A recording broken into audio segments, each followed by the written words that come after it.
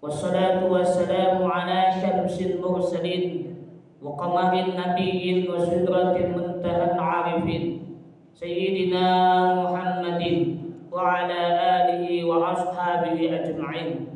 أشهد أن لا إله إلا الله وحده لا شريك له وأشهد أن محمدا عبده ورسوله لا نبي بعده.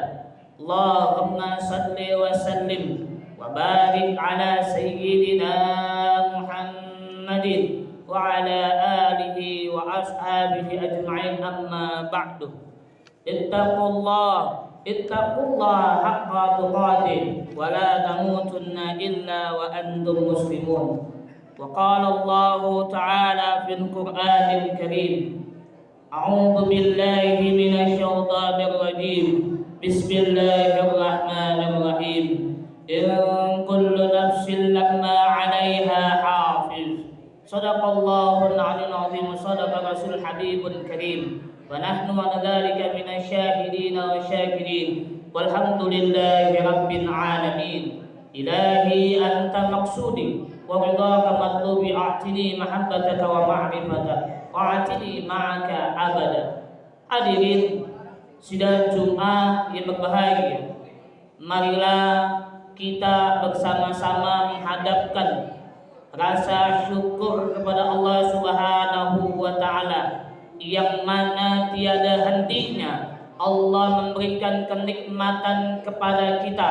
Nikmat yang wajib kita syukuri adalah nikmat iman, Islam dan ihsan serta sehat walafiat, sehingga tidak ada waktu lagi untuk tidak bersyukur kepada Allah Subhanahu wa Ta'ala. Salawat beriring salam semoga terlimpah curahkan kepada suri tauladan kita, baginda Rasulullah Muhammad sallallahu alaihi wasallam beserta keluarganya, sahabatnya, serta aulia Allah dan para pengikutnya hingga hari akhir.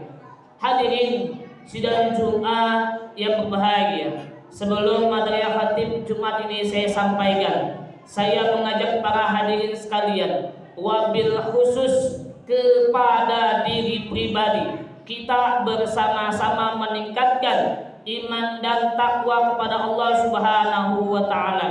Ketika iman dan takwa sudah bertambah, kita berhak mendapatkan predikat husnul khatimah dan husnul bidayah dari Allah Subhanahu wa Ta'ala. Amin ya rabbal alamin. Hadirin sidang Jumat yang berbahagia, hari ini adalah awal bulan, yang dimana bulan Dzulqa'dah yang telah dikaruniakan oleh kita, sehingga kita dipanjangkan umur oleh Allah Subhanahu wa Ta'ala untuk terus menikmati ibadah-ibadah yang senantiasa diwajibkan dan diperintahkan oleh Allah Subhanahu wa Ta'ala. Hadirin sidang Jumat yang berbahagia, manusia itu akan mengalami 3 kegelapan. Sama halnya Nabi Yunus alaihi salam mengalami 3 kegelapan. Ketika Nabi Yunus alaihi salam menyerah untuk menyebarkan dakwah syariat agama Allah kepada kaumnya, yaitu kaum Ninawah, dan Nabi Yunus pergilah meninggalkan kaumnya sebelum mendapatkan wahyu dari Allah Ta'ala. Apa 3 kegelapan yang dialami oleh Nabi Yunus alaihi salam? Yang pertama adalah kegelapan di malam hari. Yang kedua adalah kegelapan di perut ikan nun atau ikan paus. Yang ketiga kegelapan ombak lautan.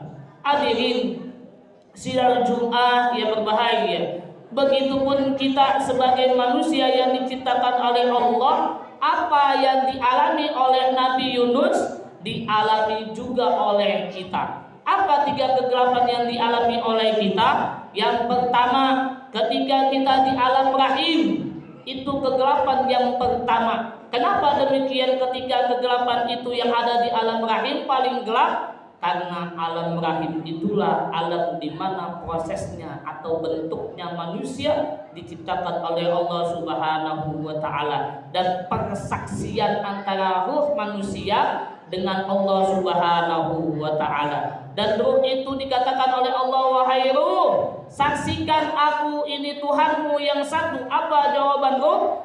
Bala syahidna, iya aku menyaksikan. Yang kedua, kegelapan yang kedua adalah kegelapan di dalam hati. Yang ketiga adalah kegelapan di alam barzakh. Dan inilah yang harus kita waspadai, karena setiap kita itu diperintahkan oleh Allah Ta'ala untuk memperhatikan firman-firman Allah dengan teliti. Dan setiap kita itu ada penjaganya sesuai dengan firman Allah surat At-Tariq ayat 4. A'udzu billahi minasyaitonir rajim. Bismillahirrahmanirrahim. In kullu nafsin lamma 'alaiha hafiz. Setiap orang pasti ada penjaganya. Siapa penjaganya Nabi Nuh? Selain pada Allah, penjaga yang paling hakiki adalah Allah. Tapi perantara dari penjaga Nabi Nuh perantara dari penjaga Nabi Yunus alaihissalam adalah ikan nun. Kenapa demikian? Kita harus ada perantara. Setiap manusia itu ada perantaranya. Ketika kita diciptakan, kalau tidak ada perantara dari orang tua kita, tidak ada manusia seperti kita. Siapa orang tua kita? Nabi Adam dan Siti Hawa. Hadirin sidang Jumat yang berbahagia. Di sini bisa kita ambil hikmahnya bahwa Nabi Yunus alaihissalam sebagai utusan Allah pun menyerah dengan dakwahnya, dan berjalanlah Nabi Yunus alaihissalam di kegelapan malam. Manusia pun sama seperti itu, antara maghrib dan isya. Jangan sampai terlewat untuk mengingat Allah. Kenapa demikian? Karena antara maghrib dengan isya itu adalah malam di mana yang tidak bisa dipertahankan oleh manusia. Banyakkan dari kita ketika maghrib sholat selesai kita langsung pulang, tidak ada amaliyah lagi di dalam masjid. Kenapa demikian? Karena kita tidak tahu dan tidak mau tahu dan tidak mengetahui apa kebaikan antara maghrib dengan isya. Kalau bisa diisinya dengan amaliyah sunnah, seperti sholat sunnah ba'diyah maghrib, sholat sunnah awwabin, sholat sunnah taubat. Itu yang luar biasa, dan doanya di situ yang dikabul oleh Allah Subhanahu wa taala. Dan Nabi Yunus ketika berada di kegelapan perut ikan nun, apa yang dilakukan oleh Nabi Yunus? Nabi Yunus tidak pernah mengeluh. Ketika di dalam perut ikan nun, Nabi Yunus hanya menyalahkan dirinya sendiri. Apa kesalahannya? Meninggalkan kaumnya, yang dimana wahyu itu belum turun kepada Nabi Yunus alaihissalam. Apa yang menjadi kegelisahan Nabi Nuh? Apa yang menjadi kegelisahan Nabi Yunus alaihissalam itu dijawab oleh Allah ketika doanya itu telah usai. Apa doanya? La ilaha illa anta subhanaka inni kuntu minal zalimin. Dan ini pengakuan Nabi Yunus. Nabi Yunus yang sekelas Nabi pun mengakui dirinya banyak kezaliman karena telah meninggalkan kaumnya. Lalu bagaimana dengan kita? Apakah kita merasa aman dengan diri sendiri? Kalau merasa aman berarti dia sudah hebat daripada Rasulullah Muhammad SAW. Rasulullah Muhammad SAW aja setiap waktunya membaca istighfar. Lalu bagaimana dengan kita? Apakah kita sering banyak istighfar atau lebih banyak lewat dari istighfar? Hadirin sidang Jumat yang berbahagia. Kaum Nabi Yunus alaihissalam ketika itu merasa kehilangan Nabi Yunus alaihissalam, dan ketika Nabi Yunus alaihissalam sudah terdampar di dalam lautan, terdampar di pesisir lautan, Nabi Yunus alaihissalam dipertemukan oleh kaumnya, sehingga kaumnya itu sudah beriman kepada Allah Subhanahu wa Ta'ala. Yang kita takutkan pada diri kita adalah ketika kita merasa aman, kalau amal-amal kita, amalia kita itu diterima oleh Allah. Dari mana kita mengetahui amalia kita itu diterima oleh Allah Subhanahu wa Ta'ala? Dan Rasul pun pernah mengatakan kepada kita, man amila amalan laisa alaihi fahuwa raddu. Barang siapa yang melakukan amal perbuatan atau amalia yang tidak sesuai dengan perintahku atau contohku, maka amal itu tertolak. Apa yang membuat amal itu tertolak? Karena kita merasa diri kita aman dari apa yang sudah kita jalankan.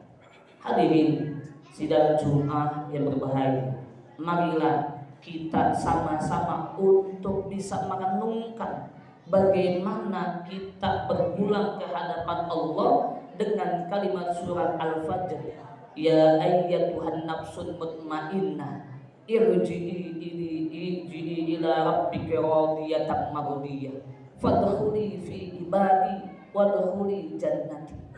Bagaimana kita disebut ruh-ruh yang menang? Bagaimana kita disebut ruh-ruh yang tenang kalau senantiasa meninggalkan sunnah baginda Rasul? Apa sunnah baginda Rasul? Yaitu tidak menyalahkan ajaran orang lain, tidak mengoreksi ajaran orang lain, tidak berubah sikap meskipun disakiti orang lain, mesti menyayangi orang yang membencimu. Ini yang susah. Kita melihat keseharian baginda Rasul ketika dihina, ketika dicaci, ketika dimaki, malaikat Jibril turun kepada baginda Rasul dan mengatakan, wahai baginda Rasul, wahai Rasulullah, berdoalah dan memintalah kepada Allah supaya gunung ini dihancurkan dan ditimpakan kepada kaummu yang berkhianat kepada kaummu, yang berkhianat kepada dirimu. Apa jawaban baginda Rasul? Tidak, malaikat Jibril, karena dia tidak tahu siapa saya. Begitu agungnya akhlak baginda Rasul. Lalu kita sebagai umatnya dihina sedikit, dicaci maki sedikit, kita sudah berubah sikap. Apa iya kita pantas dibilang umat Rasulullah Muhammad Sallallahu Alaihi Wasallam? Maka pada dari itu ya hadirin sekalian, marilah kita menjaga diri kita untuk senantiasa menjaga kesucian jiwa, sehingga kita mendapatkan gelar ya ayyatuhan nafsun mutmainnah, wahai jiwa-jiwa yang tenang. Semoga Allah Subhanahu wa Ta'ala berkahi kita semuanya, segalanya dan selamanya. A'udzubillahi minasyaitonirrajim. Bismillahirrahmanirrahim. Wal asri innal insana lafi khusr illa alladziina aamanu wa amilus solihati wa tawassaw bil haqq wa tawassaw bis sabr. Barakallahu wa lakum fil Qur'anil Karim wa nafa'ani wa iyyakum bima fihi minal ayati wa dzikril hakim. Aqulu qawli hadza astaghfiru innahu huwal ghafurur rahim.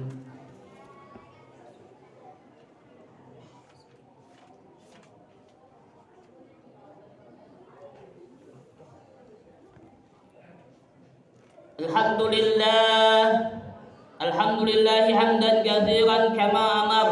Asyhadu an la ilaha illallah wahdahu la syarika lah, lahul mulku wa lahul hamdu yuhyi wa yumiit wa huwa ala kulli syai'in qadir. Wa asyhadu anna Muhammadan abduhu wa rasuluhu la nabiyya ba'dah. Allahumma shalli wa sallim ala Muhammadin wa ala alihi wa ashabihi ajma'in. Amma ba'd.